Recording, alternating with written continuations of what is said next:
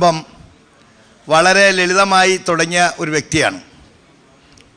ഇന്നത്തെ കാലഘട്ടത്തിലുള്ള കമ്പ്യൂട്ടർ യുഗമോ എൻജിനീയറിങ്ങോ അല്ലെങ്കിൽ മറ്റു ടെക്നോളജികളൊന്നും കൂടാതെ അന്നുണ്ടായിരുന്ന ടെക്നോളജികൾ ചിലതൊക്കെ നമ്മുടെ സ്വന്തം അഭിപ്രായത്തിൽ കൂടി നമ്മുടെ സ്വന്തം മനസ്സിൽ തോന്നിയതുപോലെ തുടങ്ങിയൊരു സംരംഭമാണ് നിറപറ എന്നുള്ള ഗ്രൂപ്പ്.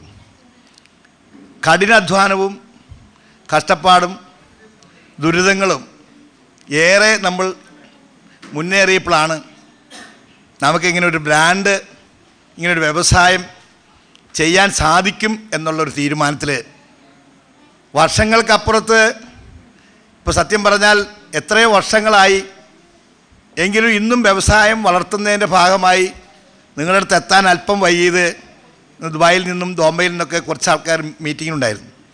അവരായിട്ട് ചർച്ച ചെയ്തതിന് ശേഷമാണ് നിങ്ങളുടെ അടുത്തേക്ക് വന്നത്. എനിക്കിവിടെ ഇരിക്കുന്ന ഓരോ വിധത്തിലുമുള്ള തുടങ്ങിയവരുണ്ട്. ഇപ്പം ഞാൻ മൊമ്മൻ്റെ കൊടുത്തവരോട് പലരും ചോദിച്ചു, 1 മാസം വരുന്നുണ്ട്, 2 കൊല്ലം എത്തിയവരുണ്ട്. പല വിധത്തിലുമുള്ള സംരംഭങ്ങളാണ് നിങ്ങളെല്ലാവരും ചെയ്തുകൊണ്ടിരിക്കുന്നത്.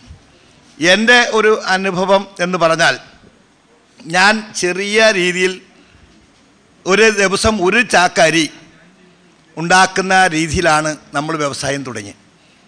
അത് ചെമ്പിൽ പുഴുങ്ങി പനമ്പിൽ ഉണക്കി അതിനുശേഷം അത് 2 ചാക്കായി. കുറച്ച് കഴിഞ്ഞപ്പോൾ കളത്തിൽ, മെഴുകിയ കളത്തിൽ ഉണക്കി. കുറച്ച് കഴിഞ്ഞപ്പോൾ സിമൻ്റ് ഇട്ട കളത്തിൽ 5 ചാക്കായി, 10 ചാക്കായി, അത് 25 ചാക്കായി, പിന്നെ 50 ചാക്കായി. ഇപ്പം നമ്മൾ ആയിരക്കണക്കിന്, എത്ര 1000 ചാക്ക് ഒരു ദിവസം എത്ര ഫാക്ടറിയിൽ ഉണ്ടാക്കുന്നുണ്ട് എന്ന് ചോദിച്ചാൽ 24 മണിക്കൂറും വർക്ക് ചെയ്താൽ ഒരുപാട് ലോഡ് നമുക്ക് ഉണ്ടാക്കാനുള്ള ഫാക്ടറികൾ ഉണ്ടാക്കാൻ സാധിച്ചു. ടെക്നോളജികൾ അതുപോലെ തന്നെ കാലഘട്ടത്തിനനുസരിച്ച് അരി ഉണ്ടാക്കുന്ന കാലാവസ്ഥയെയും കൃഷി രംഗത്തുണ്ടാകുന്ന ബുദ്ധിമുട്ടുകളും, കൃഷിയുടെ ക്രോപ്പ് എടുക്കുമ്പോൾ കേരളത്തിൽ പ്രത്യേകിച്ചും കാലാവസ്ഥ മാറുന്നതുകൊണ്ട് നമുക്ക് കിട്ടുന്ന പ്യാടിയെല്ലാം സംരക്ഷിച്ച് വയ്ക്കാനുള്ള ബുദ്ധിമുട്ടുകളും കേടുവന്നു പോകുന്നതിൻ്റെ ഭാഗമായി വന്നപ്പോഴാണ് 1988, 89 ആയപ്പോഴേക്കും നമുക്ക് ടെക്നോളജികൾ പുതിയത് കൊണ്ടുവരാൻ സാധിച്ചു. ആദ്യമായി 89, 90 കാലത്ത് മോഡേൺ റൈസ് മില്ല് കാലടിയിൽ തുടങ്ങാൻ സാധിച്ചു. ആദ്യം നമ്മൾ പനമ്പിലും മെഴുകിയ സ്ഥലത്തും, പിന്നെ നമ്മൾ കളത്തിലും, സിമൻ്റിട്ട കളത്തിലും, പിന്നെ നമ്മൾ മോഡേൺ റൈസ് മില്ലായിട്ട് തന്നെ പണിയാൻ സാധിച്ചു. മോഡേൺ റൈസ് മിൽ പണിത് കഴിഞ്ഞപ്പോഴാണ് മനസ്സിലാക്കുന്നത് ഇനിയും ഒത്തിരി ടെക്നോളജികളുണ്ട്. അന്ന് ഉണക്കാനുള്ള സംവിധാനം മാത്രമേ ഉണ്ടായുള്ളൂ. കാലഘട്ടത്തിനനുസരിച്ച് 50 മിനിറ്റ് കൊണ്ടും 55 മിനിറ്റ് കൊണ്ടും 60 മിനിറ്റ് കൊണ്ടൊക്കെ വേവുന്ന രീതിയിലുള്ള ബാർബോയിൽ അരികൾ ഉണ്ടാക്കണം എന്നുള്ള ചിന്തകൾ വന്നു. അപ്പോൾ അതിനുള്ള ടെക്നോളജികൾ നമ്മൾ അന്വേഷിക്കാൻ തുടങ്ങി.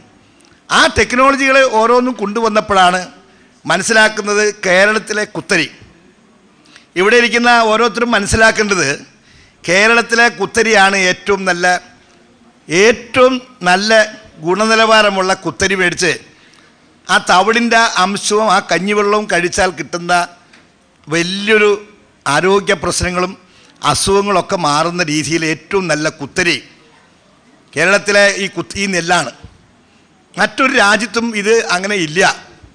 കുറച്ച് തമിഴ്നാട്ടിലൊക്കെ ഉണ്ടെങ്കിലും നമ്മുടെ ടൈപ്പ്, നമ്മുടെ കേരളത്തിൻ്റെ കാലാവസ്ഥയും കേരളത്തിൻ്റെ ഭൂമി ആ പ്രകൃതി കൊണ്ട് ഉണ്ടാകുന്ന, പാലക്കാടോ കുട്ടനാടോ തൃശ്ശൂരോ ഒക്കെ ഉണ്ടാകുന്ന ഈ കുത്തരി ഉപയോഗിക്കുമ്പോൾ ബാർബോൾ ഷിട്ടൊക്കെ വന്നപ്പോൾ അതിനകത്തുള്ള ഗുണനിലവാരങ്ങൾ പോവാതെ നല്ല രീതിയിൽ ഉണ്ടാക്കി തുടങ്ങിയപ്പോൾ പിന്നൊന്ന് കണ്ടുപിടിച്ചത്, കാലാവസ്ഥ മോശം വരികയും കൃഷി ഇറക്കുമ്പോൾ, കൃഷി ക്രോപ്പിൻ്റെ അടുത്ത് വരുമ്പോൾ, നെല്ല് കുലയ്ക്കുമ്പോൾ ആ നെല്ലിനകത്ത് കടനെല്ല് വെള്ളം ഇറങ്ങി ലാസ്റ്റ് വരുമ്പോൾ വലിയ അരിയായിരിക്കും, കറുത്ത ചോറായിരിക്കും. അത് വെന്ത് കഴിയുമ്പോൾ ഈച്ച ചത്തിരിക്കുന്നത് പോലെ കറുത്ത അരി കറുത്ത ചോറായിട്ട് മാറും. ഇപ്പോൾ ഒറിജിനൽ ഈച്ചയാണ് എന്നൊരു തോന്നുന്ന രീതി കുത്തരിയെ നമുക്ക് പലപ്പോഴും കാലഘട്ടം മാറി വന്നപ്പോൾ മറ്റു സംസ്ഥാനങ്ങളിൽ നിന്ന് വരുന്ന വെള്ളരി കാണുമ്പോൾ അതിനകത്ത് ഇതൊന്നും ഇല്ലായനും നമ്മുടെ കുത്തരിയിൽ ഈ കറുത്ത അരിയെ മാറ്റാൻ പല മെഷീനും നമ്മൾ ഉപയോഗിച്ച് നോക്കി, വെള്ളത്തിൽ കഴുകി നോക്കി, അരിച്ചു നോക്കി, പലതും നോക്കിയ ശേഷം ഒരു കാരണവശാലും മാറിപ്പോകാത്ത രീതിയിലുള്ള വലിയ അരി. അപ്പോൾ അങ്ങനെയുള്ള മെഷീനൊക്കെ ഉപയോഗിച്ചിട്ട് ലാസ്റ്റ് പരാജയപ്പെട്ടു. പരാജയപ്പെട്ടപ്പോഴാണ് നമുക്ക് എക്സ്പോർട്ട് പലരും വന്ന് പല രാജ്യങ്ങളിൽ നിന്നും എക്സ്പോർട്ട് ചോദിച്ചു. അപ്പോഴേക്കും എനിക്ക് 2 മില്ലായി, ബാർബോയിലുമായി ആദ്യം മോഡേൺ റൈസ് മില്ലുമായി. അപ്പോഴാണ് പറഞ്ഞത് ജർമ്മൻ ടെക്നോളജി ഉപയോഗിച്ചാൽ അത് കമ്പ്യൂട്ടർ റൈസ് നമുക്ക് ആ കമ്പ്യൂട്ടർ വാങ്ങിച്ചാൽ സോട്ടക്സ് എന്ന മെഷീൻ വാങ്ങിച്ചാൽ നമുക്കിതിനെ സോർട്ട് ചെയ്തെടുക്കാൻ പറ്റുമെന്നൊരു തോന്നൽ വന്നു. അപ്പോഴേക്കും എൻ്റെ മകൻ MBA ഒക്കെ ഫോറിനിൽ പോയി പഠിച്ച് അവൻ ഇതിനെപ്പറ്റി എല്ലാം കമ്പ്യൂട്ടറിലൊക്കെ കയറി മനസ്സിലാക്കി വന്നു. അപ്പോൾ എന്നാൽ എന്നോട് പറഞ്ഞു ഒരു മെഷീൻ എന്തായാലും വാങ്ങണം, നമുക്ക് പുറത്ത് പോയി ഒരു സ്ഥലത്ത് പോയി മെഷീൻ കാണണം എന്നൊക്കെ പറഞ്ഞു. അങ്ങനെ ഒരു സായിപ്പിൻ്റെ സഹായത്തോടു കൂടി അവനെ പഠിപ്പിച്ച സായിപ്പ് തന്നെയാണ് അത് പറഞ്ഞു കൊടുത്തത്. എന്തായാലും അങ്ങനെ ആ ടെക്നോളജി നമ്മൾ കണ്ടുപിടിക്കുകയും അന്നത്തെ സമയത്ത് വലിയൊരു പൈസ കൊടുത്ത മെഷീൻ വാങ്ങിച്ച് ആദ്യമായി ഈ സോട്ടക്സ് മെഷീൻ മേടിച്ച് വച്ചപ്പോൾ എത്രയും കഠിനാധ്വാനമാണ് ചെയ്യുന്നത് അറിയാമോ. ആദ്യം മോഡേൺ എസ്മിൽ പണിത് അരി ഉണ്ടാക്കി കൊടുത്തപ്പോൾ നല്ല ഡിമാൻഡായി. അപ്പോൾ പിന്നെ അതിനകത്ത് മാറ്റുന്നത് ബാർബോയിൽ വന്നപ്പോൾ മാറ്റേണ്ടത് കറുത്തരിയാണ്. കറുത്തരി മാറ്റാനും മറ്റുള്ള പൊടിയരിയും മറ്റുള്ള സാധനങ്ങളൊക്കെ മാറ്റാൻ സാധിക്കും. കറുത്തരിയും പഴുക്കുള്ള അരിയും ഇളം കളറുള്ള അരിയും എല്ലാം മാറ്റിയെടുക്കണമെങ്കിൽ മെഷീൻ വേണം. അതിനന്വേഷിച്ചപ്പോഴാണ് ഈ മെഷീൻ തരുന്ന ജർമ്മൻ ടെക്നോളജിയുള്ള സോട്ടക്സ് മെഷീൻ അവർ പറയുന്നത് ഇത് വെളുത്ത അരിയും ബസ്മതിയും അതുപോലെ തന്നെ മറ്റു ഡാളും എല്ലാം സോർട്ട് ചെയ്യുന്നതിനൊക്കെ കളർ സോർട്ട് ചെയ്യുന്നതിന് ബുദ്ധിമുട്ടില്ല. ഈ റെഡ് റൈസ് നോക്കണമെങ്കിൽ സാമ്പിൾ തരണമെന്ന് പറഞ്ഞു. അങ്ങനെ നമ്മൾ 50 കിലോ അരി നമ്മൾ കൊണ്ടുചെന്ന് കമ്പനിക്ക് എത്തിച്ചു കൊടുത്ത് അവർ സോർട്ട് ചെയ്തതിന് ശേഷമാണ് ഒരു മെഷീൻ നമുക്ക് ഗ്യാരൻറ്റിയോടുകൂടി തരുന്നത്. അങ്ങനെ ആ മെഷീൻ വെച്ച് അരി ഉണ്ടാക്കി കഴിഞ്ഞപ്പോഴാണ് അതിൻ്റെ വേസ്റ്റ് പോകണ കണ്ടപ്പോൾ നമുക്ക് മുതലാകില്ല. അപ്പോൾ നമ്മളൊക്കെ തിന്നുകൊണ്ടിരുന്ന ആ വേസ്റ്റിനെ മാറ്റി വിട്ടപ്പോൾ ആ വേസ്റ്റ് നമ്മുടെ നല്ല വിലയ്ക്ക് പോകുന്ന സാധനത്തിനെ കാലിത്തീറ്റയായിട്ട് ഉപയോഗിക്കുമ്പോൾ നല്ല അരിയും പോവും, ചീത്ത അരിയും പോവും. നമുക്ക് 60-65 കിട്ടിയോടത്തിൽ 58-59 കിലോ ആയി മാറി. അപ്പം അരി ഉണ്ടാക്കി 10-ൻ്റെയും 5-ൻ്റെയും 25-ൻ്റെയും 75-ൻ്റെയും ബാഗൊക്കെ ആക്കി മാർക്കറ്റിൽ ഇറക്കിയപ്പോൾ സോട്ടക്സ് റൈസോ വിലക്കുട്ടി നമ്മുടെ കേരളത്തിൽ ഏറ്റവും വലിയ കുഴപ്പം തരുമോ, എന്ത് സാധനവും വിലക്കൂട്ടി മേടിക്കും, വില പറയാതെയും മേടിക്കും. പക്ഷെ കടയിൽ ചെന്ന് ആദ്യം ചോദിക്കുന്നത് സഹോദരിമാർ, ഇവർ രണ്ടാളല്ല മറ്റു സഹോദരിമാർ എന്ന് ചോദിക്കും. ചെല്ലണ വഴി ചോദിക്കും അരി എന്താ വില. അപ്പോൾ കടക്കാരൻ എന്ത് ചെയ്യും, അങ്ങനെ ഒരു വില അങ്ങോട്ട് പറയും കുറച്ച് അരിക്ക്. അവൻ 5 രൂപ കൂടുതൽ കിട്ടുന്ന അരി അവൻ പറയും ഇതെടുത്തോളാൻ പറയും. പക്ഷേ അങ്ങനെ ഒരു കാലഘട്ടത്തിലാണ് ഈ Sortex rice 10 kilo 5 kilo 25 kilo ഒക്കെ ഇറക്കിയത്. മാർക്കറ്റിൽ വിൽക്കാൻ വളരെ കഷ്ടപ്പെട്ടു. ഒരു കടയിൽ സ്ഥിരം ലോഡ് കണക്കിന് നിറവർ അരി വിൽക്കുന്ന കടയിൽ കൊണ്ടുവന്ന് സോട്ടക്സിൻ്റെ പാക്കറ്റ് വെച്ചിട്ട് കുറച്ച് ദിവസം അവിടെ ഇരുന്ന് മേടിച്ചില്ലാരും, വില കൂടുതലുള്ളതുകൊണ്ട്. ലാസ്റ്റ് ഞാൻ അവിടെ ചുമട്ടുകാരെ കൊണ്ട് തന്നെ പുറത്തുള്ളവരെ പള്ളിയിൽ കഴിഞ്ഞ് വന്നപ്പോൾ അവർക്ക് പൈസ കൊടുത്ത് എൻ്റെ പൈസ കൊടുത്തതിന് അരി അവരോട് മേടിപ്പിക്കേണ്ടി വന്നു അവിടെ നിന്ന് എടുക്കാൻ വേണ്ടി. അത് എടുപ്പിച്ചപ്പോഴാണ് മനസ്സിലായി അരി പോയി മഠത്തുകാരൊക്കെ കൊണ്ടുപോയി കൊടുത്തപ്പോൾ മഠത്തിലെ കന്യാസ്ത്രീകൾ ആദ്യം വന്ന് അവർ ഏത് സമയം ക്വാളിറ്റി നോക്കുന്നവരാ സിസ്റ്റേഴ്സ്. അവർ പള്ളിക്കൂടമുണ്ട്, അവിടെ ഒരു മഠമുണ്ട്, അവർ വന്ന് ഇത് വാങ്ങിച്ചു. അപ്പോഴേക്കും ഞങ്ങൾ പരസ്യമൊക്കെ കൊടുത്തു, പരസ്യമൊക്കെ വന്നു. ലാസ്റ്റ് ഇപ്പോൾ എല്ലാവരും സോട്ടക്സ് അരി തന്നെ മേടിക്കുന്നൊരു കാലഘട്ടത്തിലേക്ക് എത്തിക്കാൻ വളരെ കഷ്ടപ്പെട്ടു. അങ്ങനെയാണ് ആ സോട്ടക്സ് അരി വന്നത്. പിന്നെയുള്ള സിസ്റ്റം ഇപ്പോഴും കേരളത്തിൽ ഭയങ്കരമായ ഒരു വലിയൊരു സംശയം നിലനിൽക്കുന്നത്, ഞാൻ ഭക്ഷണ സാധനം ആയതുകൊണ്ട് ഇങ്ങനെ പറയുന്നത്, മറ്റേ കൊച്ചവസപ്പേട്ട പറഞ്ഞ് മുഴുവൻ ഒരു കുഴപ്പമില്ല, കറണ്ടായാലും വയറായാലും പ്രശ്നമില്ല, പുള്ളിക്ക് യാതൊരു കംപ്ലൈൻറ്റും കേൾക്കില്ല. നമ്മുടെ അരി വാങ്ങിച്ച് ഭക്ഷണം ഉണ്ടാക്കുമ്പോൾ അതിലൊഴിക്കുന്ന സാമ്പാറായാലും പരിപ്പായാലും കടലയായാലും എന്ത് സാധനമായാലും അതിനകത്ത് കല്ലുണ്ടെങ്കിലും ഈ ചോറിനകത്തേക്ക് ഒഴിച്ച് ചോറുണ്ണുമ്പോൾ കല്ലിൻ്റെ ഉടമസ്ഥൻ ആരാവും? ഏത് സ്ഥലത്ത് ചെന്നാലും നമ്മളെ ഇപ്പോൾ നിറവറയിൽ അപ്പടി കല്ല, കുഴപ്പമായോ പരിപ്പിലെ കല്ല നമ്മൾ അനുഭവിക്കേണ്ടി വരാണ്. അത് അങ്ങനെ നിലനിൽക്കുമ്പോൾ പിന്നെ അതിനകത്ത് വേറെ ഏറ്റവും വലിയൊരു വിഷയമുള്ളത്, പിന്നെ അമ്മമാരെ അരി മേടിച്ച് കഴുകുമ്പോൾ നിങ്ങളൊരു കാര്യം ശ്രദ്ധിച്ച് കേൾക്കണം. 1 കിൻഡൽ നെല്ല് പുഴുങ്ങിയാൽ എൻ്റെ മില്ല് നിങ്ങൾ വന്ന് കാണുകയാണെങ്കിൽ ഇവിടേക്ക് എല്ലാവർക്കും വേണമെങ്കിൽ വണ്ടി വരെയും പിടിച്ച് വരുന്ന പൈസയും തരാം. എൻ്റെ പുതിയ ഒരു പ്ലാന്റ്, മൊത്തം 6-7 പ്ലാന്റ് ഉണ്ട്. അതൊന്നും കാണണ്ട, പൗഡർ ഒന്നും കാണണ്ട. നിങ്ങൾ എൻ്റെ പ്ലാന്റ് വന്ന് കാണുകയാണെങ്കിൽ മനസ്സിലാവും. അരി അമ്മമാർ മേടിച്ച് കഴുകുമ്പോൾ അരിക്കകത്ത് എണ്ണമയം. 1 കിലോ നല്ല എണ്ണ മേടിക്കുന്ന വെളിച്ചെണ്ണ മേടിക്കുന്ന ഇപ്പോൾ എത്ര പൈസ കൊടുക്കണം? അരിക്ക് ഇപ്പോഴും 30-35 രൂപ കൊടുത്താൽ അരി കിട്ടും. അപ്പോൾ എണ്ണ മേടിച്ച് ചേർക്കാണെന്ന് പറയണേ. അരി കഴുകുമ്പോൾ കയ്യിൽ എണ്ണ വരുന്നു, കളറ് വരുന്നു. നല്ല കുത്തരിയാണ് ഈ കളറുണ്ടാവും, തവിട് ചുവന്നതാണ്, റെഡാണ്. നല്ല കുത്തരിയിലേക്ക് കളറുണ്ടാവില്ല, എണ്ണ ഉണ്ടാവില്ല. അപ്പോൾ ഈ എണ്ണയ്ക്ക് 1 കിൻഡൽ നെല്ല് പുഴുങ്ങിയാൽ 5 കിലോ ബ്രാൻ കിട്ടും തവിട്. 5 കിലോ തവിടിൽ നിന്നും 100 കിലോ തവിടിൽ നിന്നും എണ്ണ എടുത്താൽ 24 കിലോ 23 കിലോ ബ്രാൻഡ് ഓയിൽ കിട്ടും. എഡിബിൾ നല്ല സൂപ്പർ. ഇന്ന് കേരളത്തിലല്ല ഇന്ത്യയിലല്ല ഏറ്റവും നല്ല ഗുണനിലവാരമുള്ളത് തവിടിൻ്റെ എണ്ണയാണ്. എന്ത് ഭക്ഷണ സാധനം ഉണ്ടാക്കി കഴിക്കാനും ടേസ്റ്റും ഗുണവും ക്യാൻസർ വരെയും വരില്ല. ഏറ്റവും നല്ല സാധനമാണ്. ആ 25 കിലോ എണ്ണ വരുന്ന തവിടിൻ്റെ അംശം നമ്മുടെ അരിയിൽ നിങ്ങൾ ശ്രദ്ധിച്ച് ഇന്ന് തന്നെ നോക്കാം. എൻ്റെ അരി വാങ്ങിക്കണ്ട, നിങ്ങൾ വേറെ അരി വാങ്ങിച്ചാൽ മതി. അതുപോലെ തവിടിൻ്റെ അംശമുണ്ടെങ്കിൽ അത് നല്ല സാധനമാണ്. അതിന് തവിടുണ്ടാകും. കുറച്ച് തവിടിൻ്റെ അംശം പഴയ കാലത്ത് നമ്മുടെ അമ്മമാർ ഉരലിൽ കുത്തിയ സമയത്തൊക്കെ, ഒലക്ക കൊണ്ട് കുത്തിയ സമയത്തൊക്കെ ചെറിയ തോതിൽ നെല്ല് പുഴുങ്ങി ഉണക്കി എടുത്തപ്പോൾ തവിട് നമ്മുടെ ആഹാരത്തിൻ്റെ കൂടെ കുറച്ച് തവിടിൻ്റെ ഗുണം കിട്ടിയിരുന്നു. ഇന്നിപ്പോൾ തവിടിൻ്റെ ഗുണമുള്ള അരി വളരെ കുറവാണ്. പക്ഷെ തവിട് നിർത്തി എൻ്റെയൊക്കെ മില്ലിൽ പോളിഷ് ചെയ്യുമ്പോൾ എനിക്ക് 3 പോളിഷുണ്ട്. ഒരു പോളിഷ് കുറച്ച് വെച്ചാൽ തവിട് കുറച്ച് നിലനിൽക്കും. എത്ര മണി കൂട്ടിയെടുക്കാം, എത്ര മണി കുറച്ചെടുക്കാം. അപ്പോൾ അങ്ങനെയുള്ള കാലഘട്ടത്തിലേക്ക് വന്നു. ഇന്നിപ്പോൾ അരി വാങ്ങിച്ച് അമ്മമാർ കഴുകി കഴിയുമ്പോൾ ചിലർ ഇതിനകത്തപ്പടി എണ്ണയാണ്, ഇതിനകത്തപ്പടി കളറാണ് എന്ന് പറയും. കുത്തരിയാണോ കളറുണ്ടാകും, കുത്തരിയാണോ എണ്ണയുണ്ടാകും. അത് ഇന്നേ വരെ പറഞ്ഞു കഴിഞ്ഞാൽ കേരളീയർ സ്വദേശം വേണ്ട, പരദേശി മതി. എന്നുവെച്ചാൽ പുറത്തുനിന്ന് വരുന്ന സാധനം ഗുണമില്ലെങ്കിലും ഒരു കംപ്ലൈൻറ്റും ഇല്ല. അതാണ് സ്വദേശി എന്ന് പറഞ്ഞാൽ നമ്മുടെ സ്വന്തം സാധനം, പരദേശി എന്ന് പറഞ്ഞാൽ പുറത്തുനിന്ന് വരുന്നത്. ഒന്ന് ചിന്തിച്ച് നോക്കുക. അപ്പോൾ എത്രയും സംരംഭം ഒരുത്തൻ തുടങ്ങുമ്പോൾ കഠിനാധ്വാനവും കഷ്ടപ്പാടും ത്യാഗങ്ങളും. അതിനിടയ്ക്ക് കുറച്ച് വളർന്നു വന്നപ്പോഴേക്കും ആദ്യം കളത്തിൽ ഉണക്കി, ഇപ്പോൾ 1 ലോഡ് നെല്ല് പുഴുങ്ങി ഉണക്കി 1 ചാക്കിലും തുടങ്ങി. ആയിരക്കണക്കിന് ചാക്കിലേക്ക് വന്നപ്പോൾ പുറത്തുള്ള ചുമട്ടുതൊഴിലാളികൾ 5 ട്രേഡ് യൂണിയൻ ഒന്നിച്ചെന്നെ ഞെരിച്ച് കളഞ്ഞു, തവിട് പൊടിയാക്കി. എന്നുവെച്ചാൽ ഇറക്കാനും സമ്മതിക്കില്ല, കയറ്റാനും സമ്മതിക്കില്ല. അവർ ബഹളമുണ്ടാക്കും, കള്ള് കുടിച്ചുകൊണ്ട് വരും, വണ്ടി വന്ന് കിടക്കും, വണ്ടി കിട്ടാൻ ബുദ്ധിമുട്ട്, നമ്മുടെ വണ്ടിയാണ് ഇറക്കില്ല, ഒരു കാര്യം ചെയ്യില്ല, അറ്റിവെക്കില്ല. അങ്ങനെ നമുക്ക് വളരാൻ സാധിക്കില്ല. ഈ കൊച്ചു കേരളത്തിൽ കഷ്ടപ്പാടിൻ്റെ ദുരിതം വളരെ ഏറി നമുക്ക് വഴങ്ങി സാമ്പത്തികമായി അങ്ങനെ വലിയ സൗകര്യമില്ല. ഇവരെ വച്ചുകൊണ്ട് നമ്മുടെ 2ാമത്തെ മില്ല് വന്നപ്പോഴേക്കും ഇവരെ വെച്ച് പോകാൻ പറ്റില്ല എന്ന് ഒരു തീരുമാനം ഒരു ദിവസം എടുത്തു. ഒരു ദിവസം ഞാൻ പാലക്കാട് നിന്ന് വരുമ്പോൾ 8 വണ്ടി വാടകയ്ക്ക് വിളിച്ച് ഞാൻ റെയിൽവേ ഗുഡ് ഷെട്ടിൽ നിന്ന് കയറ്റി വന്നല്ല. അവരിറക്കില്ല, അവർ വേറെ മില്ല് ഇറക്കാൻ പോയിരിക്കുകയാണ്. വൈകുന്നേരം ആയപ്പോഴേക്കും ഇവർ കള്ള് കുടിച്ച് ഇവർക്ക് തലയ്ക്ക് വെളിവില്ല. പിന്നെ ഓരോ കുടിച്ച് കഴിഞ്ഞ് കുറച്ച് കുപ്പി മേടിച്ച് കയ്യിലും വയ്ക്കും, 2ാമത് കുടിക്കാൻ കിടന്നുറങ്ങുമ്പോൾ.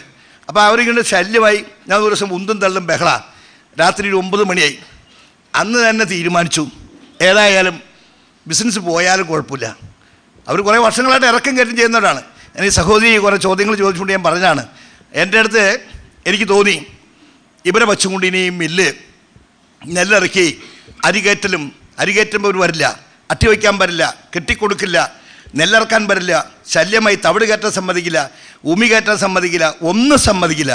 പൈസയാണെങ്കിൽ നമുക്ക് കിട്ടുന്ന ലാഭത്തിൻ്റെ 10 ഇരട്ടി നഷ്ടവും വരുത്തും, അവരും വാങ്ങിക്കും, ഭീഷണിപ്പെടുത്തും. അതിന് കൂടെ കേരളത്തിലെ ഏറ്റവും വലിയ കുഴപ്പം, കുറേ തൊഴിലാളിക്ക് വേണ്ടി അവൻ സംസാരിച്ചില്ലെങ്കിൽ അവൻ തൊഴിലാളി വർഗമാവില്ല, തൊഴിലാളി ആളാവില്ല. ഇപ്പോൾ ഞാൻ ധൈര്യമായി എന്ത് ചെയ്തു, നേരെ എറണാകുളം ഹൈക്കോടതിയിൽ ഒരു അഡ്വക്കേറ്റിനെ, സീനിയർ അഡ്വക്കേറ്റിനെ വന്ന് കണ്ടു. സാറേ, ഇങ്ങനെയാണ് ബുദ്ധിമുട്ട്, അസോസിയേഷൻ്റെ പേരിലൊക്കെ ഞങ്ങൾ എഗ്രിമെൻ്റൊക്കെ വെച്ച് കൂലിയൊക്കെ കൊടുത്ത് ഇത്ര വർഷമായി ബുദ്ധിമുട്ടാണ്. അപ്പോൾ കേട്ട് കഴിഞ്ഞപ്പോൾ 4 trade union, BJP, INTUC, CPI, CPM. അപ്പോൾ പുള്ളി പറഞ്ഞു, ഇത് ഇത്ര ബുദ്ധിമുട്ടാണല്ലോ, ഇത്ര വർഷമായില്ലേ, 47 ആളുണ്ട്, 48 ആളോ 47 ആളുണ്ട്. സാറ് പറഞ്ഞു വളരെ ബുദ്ധിമുട്ടാണ്, നമുക്ക് എന്താ വേണ്ടേ, കൊടുത്തു കഴിഞ്ഞാൽ വീണ്ടും അപകടമാവും. ഇപ്പോൾ ട്രേഡ് യൂണിയൻ്റെ എല്ലാവരും ചർച്ചകൾ ചെയ്തുകൊണ്ട് ഇടയ്ക്കാണ് ഞാനീ പോയി കേസ് കൊടുത്തു. കേസ് വന്നു. ഇവരെൻ്റെ സ്ഥാപനത്തിന് മുമ്പിൽ വന്ന് കോടതിയിൽ നിന്ന് മെസ്സഞ്ചർ വന്നപ്പോഴേക്കും പൊളിക്കും, തീ വയ്ക്കും, കൊല്ലും എന്നൊക്കെ പറഞ്ഞു. അവിടെ വന്ന് ഭയങ്കര ചിന്താപൊളിക്കൊക്കെ ചെയ്തു. പക്ഷേ കോടതി അപ്പം എനിക്ക് അനുകൂലമായി തൊഴിലാളി മാറ്റി നിർത്തി ഇറക്കാൻ ഒരു ടെമ്പററി ഒരു ഓർഡർ കിട്ടി. പക്ഷേ ഞാൻ ഇറക്കി തുടങ്ങി. കുറച്ച് ദിവസം കഴിഞ്ഞ് കേസ് വന്നു. കേസ് പിന്നെയും പരിഗണിച്ചു, പ്രശ്നങ്ങളായി. പിന്നെ കളക്ടറുടെ അടുത്ത് പോയി, അങ്ങനെ ആദ്യൻ്റെ അടുത്ത് പോയി, വീണ്ടും കേസ് നമുക്ക് അനുകൂലമായി. വീണ്ടും പിന്നെയും പാർട്ടി ഇടപെട്ട് ആ കേസ് വീണ്ടും ഓരോ സ്ഥലത്ത് വിളിപ്പിച്ച് ലാസ്റ്റ് തന്നെ തുലയ്ക്കാവുന്ന രീതിയിലായി. അത് പിന്നെയും കോടതി പരിഗണിച്ച് ഡിവിഷൻ ബെഞ്ചിൽ പോയി അനുകൂലമായി ഒരു വിധി ഞാൻ സമ്പാദിച്ചപ്പോൾ 5 കൊല്ലം പിന്നിട്ടു. ഇറക്കും കയറ്റും രകള പോട് മറ്റ് അടി കേസ് അപ്പോഴേക്കും ഓരോ തൊഴിലാളിക്കും 8ഉം 10ഉം കേസൊക്കെ പോലീസ് ഫിറ്റ് ചെയ്ത് കൊടുത്തു. അങ്ങനെ 5 കൊല്ലം കഴിഞ്ഞപ്പോഴേക്കും നെല്ലിറക്കി അരി കയറ്റി നമുക്ക് സ്വന്തം പണിയാൻ അവർക്കിനി നമുക്ക് അകത്ത് കിടക്കാൻ പറ്റില്ല. ഒരു സംരംഭം നിങ്ങൾ തുടങ്ങുമ്പോൾ ആദ്യം ചെയ്യേണ്ടത് നിങ്ങൾക്ക് സ്വന്തമായി തൊഴിലാളികൾ ഉണ്ടെന്നുള്ള ആ റെക്കോർഡ് നിങ്ങളിപ്പോൾ നമ്മൾ ലേബർ ഓഫീസിലേക്ക് എഴുതി കൊടുത്താൽ ഫോട്ടോ ഹാജരാക്കിയാൽ അവരിറക്കണമെന്നില്ല. നിങ്ങൾക്ക് ആളുണ്ടെന്ന് പറഞ്ഞ് 4-3 ആൾക്കുടെ പടം കൊടുത്ത് ഫോട്ടോ കൊടുത്ത് അഡ്രസ്സ് എഴുതി കൊടുത്താൽ അവരൊന്ന് ഇൻസ്പെക്ട് ചെയ്യുമ്പോൾ നിങ്ങളവിടെ ആളുണ്ടെങ്കിൽ പിന്നെ നിങ്ങൾക്ക് പുറത്തെ തൊഴിലാളിക്ക് പണി കൊടുക്കണ്ട. 4 ദിവസം കൊടുത്ത് സ്നേഹം കൊണ്ട് കൊടുത്തു പോയാൽ 5ാമത്തെ ദിവസം പാമ്പായി വരും, അവൻ പിടിച്ച് കടിക്കും. 100% നമ്മളെടുത്ത് ചെയ്യിപ്പിക്കില്ല. അപ്പോൾ എത്ര സ്നേഹമുള്ളവനാണെങ്കിലും പണി കൊടുക്കാം.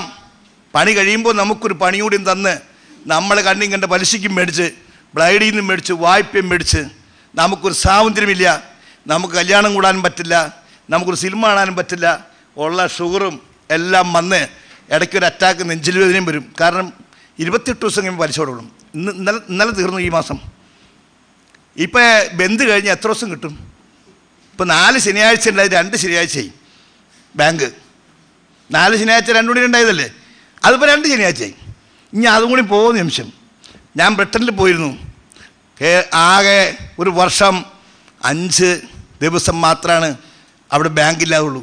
5 ദിവസം 5 ദിവസം ക്രിസ്മസ്, ഈസ്റ്റർ, വേറെ എന്തോ ഞാൻ മറന്നുപോയി. 5 ദിവസം മാത്രമാണ് ആഫീസിലാണുള്ളൂ. ബാക്കി 24 മണിക്കൂർ എല്ലാ ഓഫീസുണ്ട്. അവിടെ ജോലി ചെയ്യുന്നവർക്ക് ഞാൻ അന്വേഷിച്ചപ്പെട്ടല്ലോ, സൈക്കിൾ ഇങ്ങനെ 1000കണക്കിന് നല്ല ഫോറിൻ സൈക്കിൾ പൂട്ടി വെച്ചിട്ടുണ്ട്. വന്നവൻ്റെ ആ ലോക്ക് കുത്തുമ്പോൾ ഒരു ചെറിയ നിക്കറും ഒരു ബനിയനിട്ടിട്ടുണ്ട്. പെണ്ണുങ്ങളായാലും ആണുങ്ങളായാലും അവരാ സൈക്കിൾ വിട്ട് കിട്ടും, പൂട്ട് തുറക്കും, അതുമ്പോൾ കയറും പോവും. ബാങ്കിൽ പോണതാ, ആഫീസിൽ പോണതാ, ഒരു ബങ്കറും മേടിക്കും. ബങ്കർ എന്ന് പറഞ്ഞ സാധനം തിന്നണതേ, മറ്റേ ബങ്കറല്ല, നെല്ലിടുന്ന ബങ്കറല്ല, അത് മേടിക്കും. ഒരു 1/2 ലിറ്റർ കോള എന്തെങ്കിലും മേടിക്കും. 2 മേടിച്ചിട്ടുണ്ടെങ്കിൽ ദിവസം സാപ്പാടിനായി. കൃത്യമായി പണിക്ക് പോവാണ്. സൈക്കിൾ അവിടെ കൊണ്ടുവച്ച ആ സൈക്കിൾ അവൻ്റെ അല്ല, അവൻ്റെ കമ്പ്യൂട്ടറിൽ പൈസ പോകും. അത് കഴിയുമ്പോൾ വീണ്ടും അവിടെ നിന്ന് വരുമ്പോൾ സൈക്കിൾ എടുക്കും, അതും അവിടെ കൊണ്ട് പൂട്ടി വയ്ക്കും. സൈക്കിളിൻ്റെ അടുത്ത സ്റ്റോപ്പ് ബസ് സ്റ്റോപ്പ് പോലെയാണ്. അപ്പം നമ്മളിവിടെ എന്തുകൊണ്ട് നമ്മൾ വിജയിക്കാത്തത്, നമ്മൾ രക്ഷപ്പെടാത്തതിൻ്റെ കാരണം പണി ചോദിച്ച് വരുമ്പോൾ പലരുടെയും റെക്കമെൻഡേഷനൊക്കെ ആയിട്ട് വരും. അകത്ത് കയറി കഴിയുമ്പോൾ പിന്നെ അവൻ ഫോണും ഗെയിം കളിച്ച് അവൻ അവിടെ ഇരുന്ന് നമ്മളെ ഒപ്പിച്ച് നമ്മളെ സിമിത്തേരി കൊണ്ടാക്കിയിട്ട് അവൻ പോകുള്ളൂ. അതിൽ നിന്നൊരു മാറ്റം ഇതുവരെയും വന്നിട്ടില്ല. വന്നു എന്ന് പറയുമ്പോൾ വന്നിട്ടില്ല. കുറച്ച് നോക്കൂലിയൊക്കെ കുറച്ച് ബഹളമൊക്കെ ഉണ്ടാക്കി കുറച്ചൊക്കെ മാറിയിട്ടുണ്ട്. എങ്കിലും ഒരു സംരംഭം തുടങ്ങാൻ വരുമ്പോൾ നിങ്ങൾ മനസ്സിലാക്കിക്കോ, ഉടനെ ഒരു പേപ്പർ 10 വയസ്സ് കൊടുക്കില്ല, എവിടെങ്കിലും എടുക്കും, പേന ആരെങ്കിലും എടുക്കും, എഴുതും പരാതി, ഏതെങ്കിലും ഉദ്യോഗസ്ഥൻ അങ്ങോട്ട് കൊടുക്കും, സംഗതി സ്റ്റോപ്പ്.